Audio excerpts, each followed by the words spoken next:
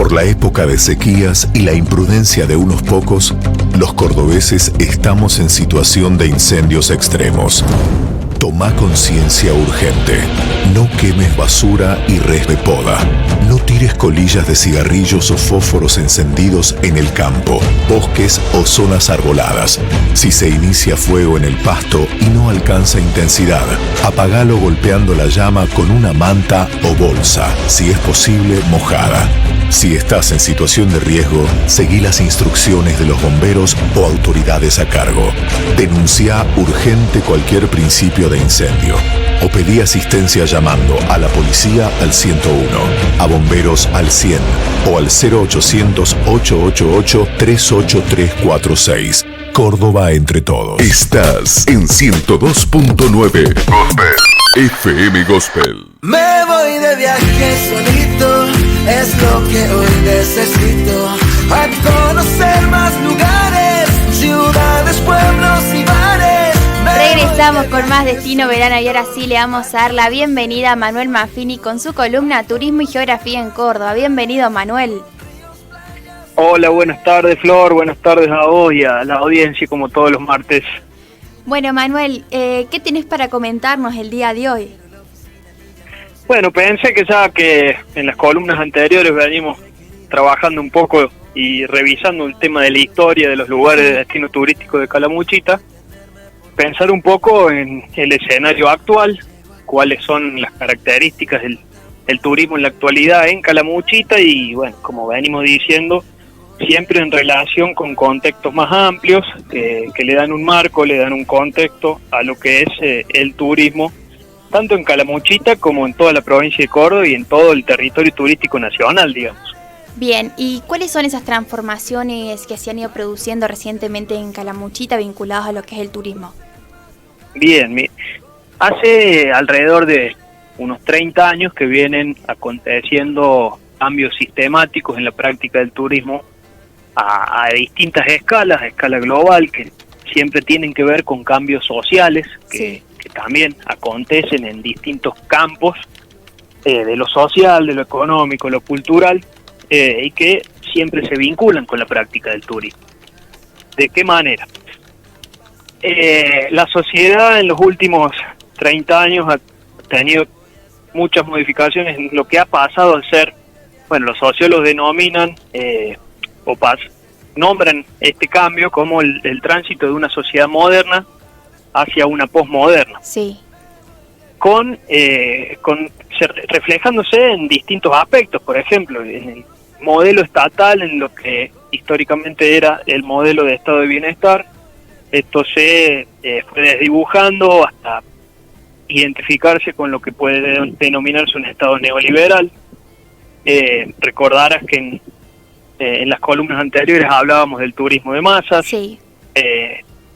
Hace más o menos detectamos un corte temporal alrededor de unos 30, 40 años a nivel mundial y después con distintos matices en las distintas nacionalidades y regiones hacia dentro de un mismo país. Pero las políticas universalistas del estado de bienestar comenzaron a desmantelarse ante el advenimiento de nuevos modelos de acumulación económica, como el modelo neoliberal. Sí.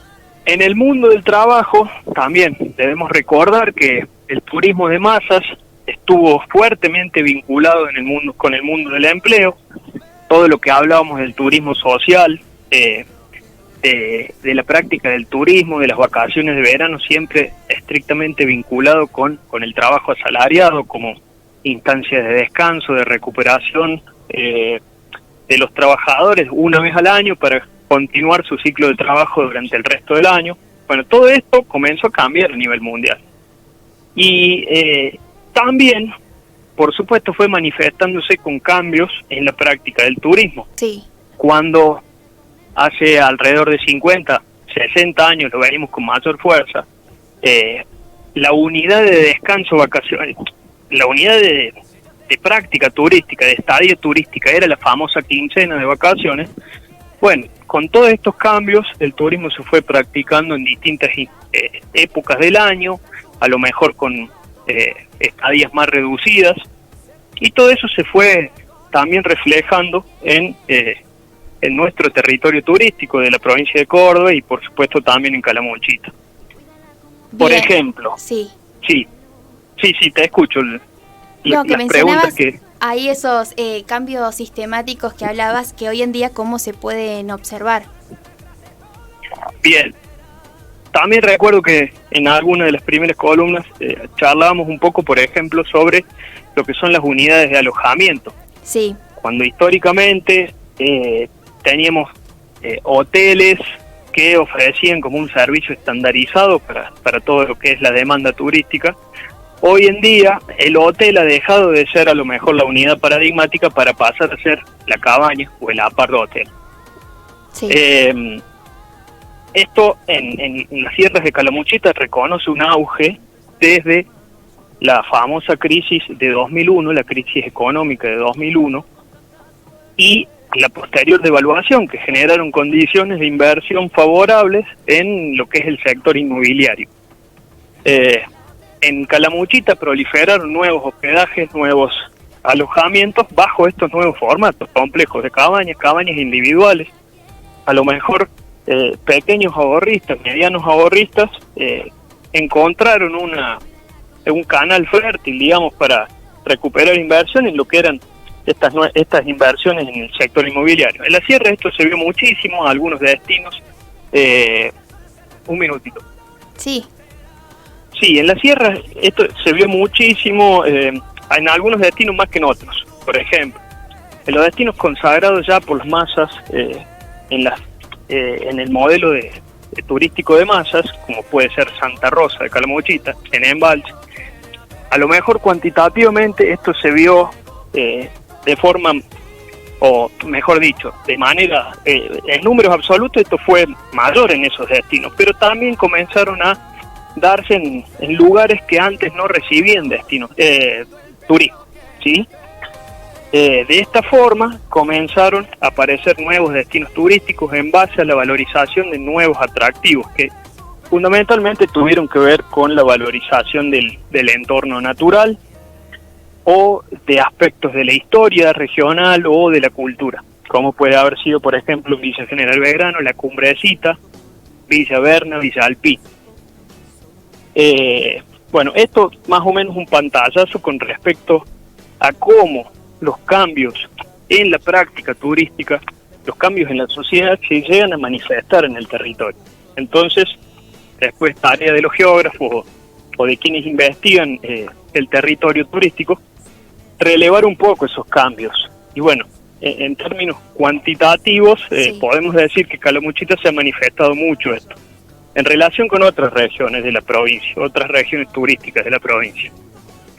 No sé si hay alguna consulta, alguna pregunta al respecto, si no Sí. podemos pasar también. Antes Sí. de seguir, te quería preguntar que en otras columnas habíamos estado hablando del tema de las élites, que son las que generaban el turismo más que nada en el Valle de Calamuchita. ¿Se podría decir que Sí. con estas transformaciones hoy en día ya deja de estar en manos de esas grandes élites y pasa a estar a manos de sectores más trabajadores?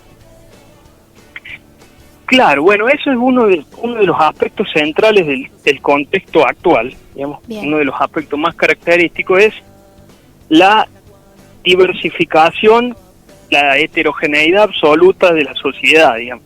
Antes el mundo a lo mejor se podía clasificar de una forma más fácil. Existían estas clases aristocráticas, existía el mundo de los trabajadores y bueno, existía a lo mejor también sectores excluidos de la sociedad, ¿no? Bien. Hoy esas tres grandes categorías son sumamente diversas y a su vez se cruzan. Entonces la sociedad se ha vuelto mucho más compleja, mucho más difícil de clasificar.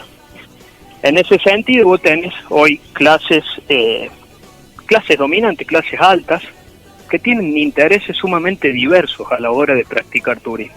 Entonces Sí. vos tenés a lo mejor una clase alta que te vacaciona en Miami y tenés una clase alta que hace turismo una vez por mes, 4 o 5 días en distintos sectores del país.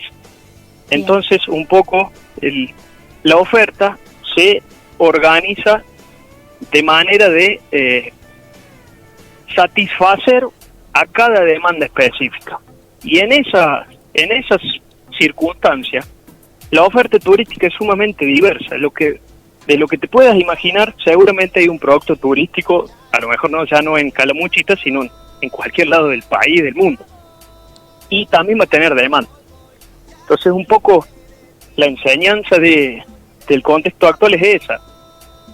Bien. Cualquier cosa puede volverse atractiva para el turismo, siempre y cuando cuente con condiciones de organización y insistimos en esto también, en que sea acondicionada simbólicamente para el turismo, ¿verdad? Bien, bien, perfecto. Bueno, y recién mencionabas también de que en Calamuchita es donde más se generaron nuevos centros turísticos. Perdón, no te escuché la pregunta. Que recién también mencionabas el tema de que en Calamuchita es donde más se generaron nuevos centros turísticos en relación a otros lugares. Exactamente, sí. Bueno, vemos cómo en la actualidad los destinos turísticos o han ido emergiendo nuevos destinos turísticos, sobre todo el costado oriental de la Sierra Grande, de la Sierra de Comechingones, digamos.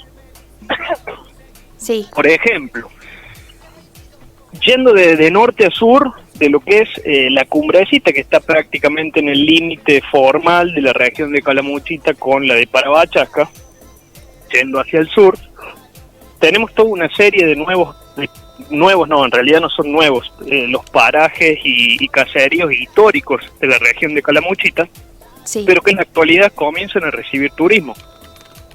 Estamos hablando de Yacanto, de Altos Pampa, de Intillaco, más hacia el sur el Durazno, que creo que hoy es la joyita de Calamuchita.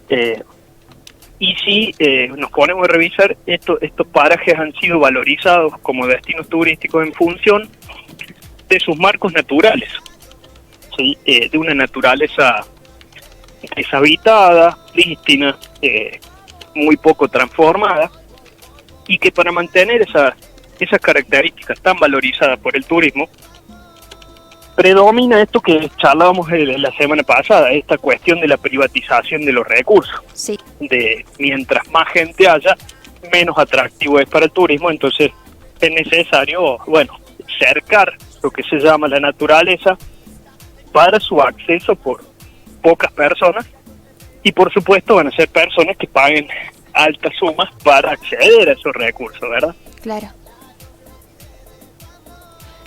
Ahí cuando hablas de la privatización de los recursos, haces referencia a que estos lugares tan valorizados, como decís vos, por sus marcos naturales, comienzan a ser nada más manejados por algunos sectores. Lo que podríamos decir es que son procesos que acontecen sin que se vea muy bien quiénes son los actores que están detrás de estas cuestiones, ni que Bien. son procesos que suceden porque hay alguien malo, entre comillas, que está orquestando esto por detrás, queriendo perjudicar al resto, ¿verdad? Claro. Son formas en las que opera el capital privado y que entran en lo que es la lógica del capitalismo actual. Lo que, hay un autor que se llama David Harvey que denomina estas cuestiones como procesos de acumulación por desposesión, refiriéndose estrictamente a lo que es la asignación de valores de mercado a cosas que no la tienen previamente. Por ejemplo, lo que te comentaba la semana pasada, Sí. no se podría ponerle precio a lo que es un paisaje serrano prístino. Es decir, un tipo que abre la ventana de su cabaña y encuentra un paisaje fabuloso. La acumulación por disposición lo que hace es ponerle un precio a esa experiencia, ¿sí? Que es algo que no es un consumo directo, no es el consumo de un bien material, es una cuestión que en el mercado antes no tenía valor y ahora por medio del turismo se empiezan a integrar estas cuestiones a la lógica de mercado. Y todo eso está sucediendo en nuestras sierras cordobesas. Bien, ¿y qué crees que va a pasar en un futuro en relación a estos lugares? Perdón, Flor, no te escuché bien, perdón. ¿Qué crees que va a pasar en relación con estos lugares en un futuro? Es difícil anticiparse estas cuestiones. a ver, quienes trabajamos en la investigación estamos siempre un paso por detrás. Nosotros estudiamos desde la actualidad hacia atrás y quienes están por ahí en la gestión pública son quienes deben tomar decisiones más inmediatas. Pero en ese sentido yo creo que el Estado tiene en el instrumento normativo una herramienta, o la única quizás herramienta por la cual intervenir en la realidad. El tema es, a veces hay que preguntarse a quiénes benefician las normas y a quiénes perjudican. ¿Quiénes son los que sancionan las normas? El Estado no es un ente, digamos, abstracto.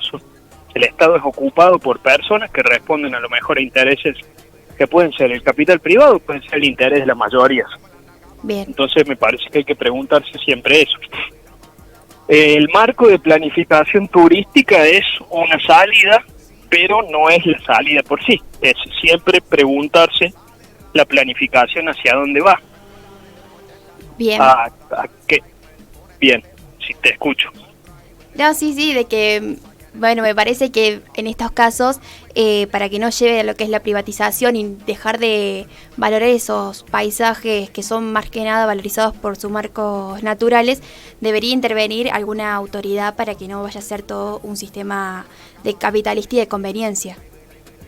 Sí, en ese sentido yo vi esto es prácticamente una opinión, digamos, el Estado debe convertirse en garante del interés de las mayorías y en ese sentido debe buscar un equilibrio justo para que el turismo sea rentable para quienes lo ofrecen, sea ambientalmente sustentable para los equilibrios ecológicos y también sea socialmente justo para los turistas, digamos, para que los trabajadores puedan acceder a estas instancias de disfrute, de descanso tan necesarias para un mercado laboral cada vez más complejo también y cada vez más precarizado.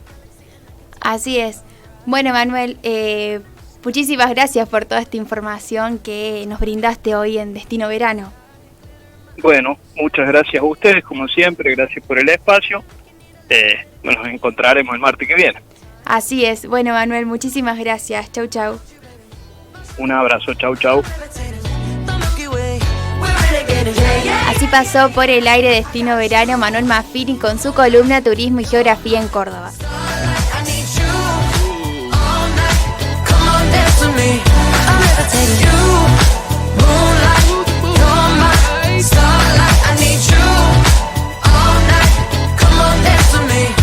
Ya comenzó la temporada 2022 de Un Verano en la Estación.